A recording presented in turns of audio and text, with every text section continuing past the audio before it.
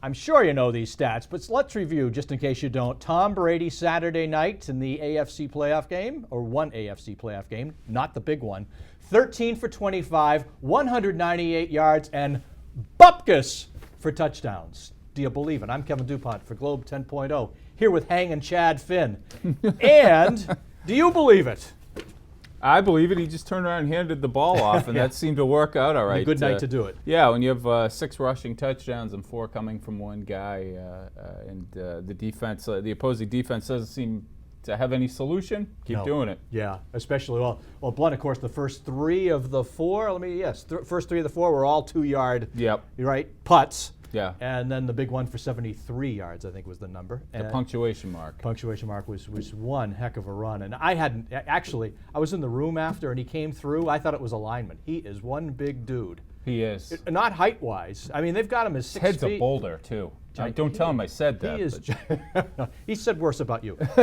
Gigantic. The guy is gigantic. So I understand not being able to stop him. That said, what does this bode, you think, going ahead? Impossible for me to believe that they're going to go with a ground game here against Denver, that they're going to go as much, and Ridley too. So they get 6 on the ground entirely.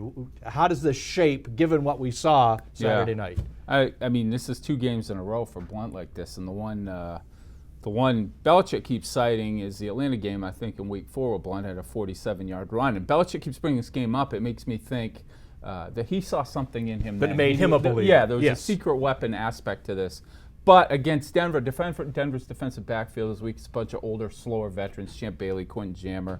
Their best cornerback got hurt, Chris Harris, against San Diego. So they're going to throw. I think balance, almost a 50-50 balance is the best route here, because you can't get away from what Blunt and Ridley have done. But if you're playing to the weakness of Denver's defense, it's their pass defense. Okay, a quick bold prediction before we go. See if you agree with my bold prediction. They are going to Denver, if they come home from Denver, Tom Brady has not thrown a touchdown pass, they lose. If he hasn't thrown one, they Correct. lose? Yeah, he'll have to throw one. I think probably the run game ends up leading into play action, where you start seeing Edelman get a bit involved.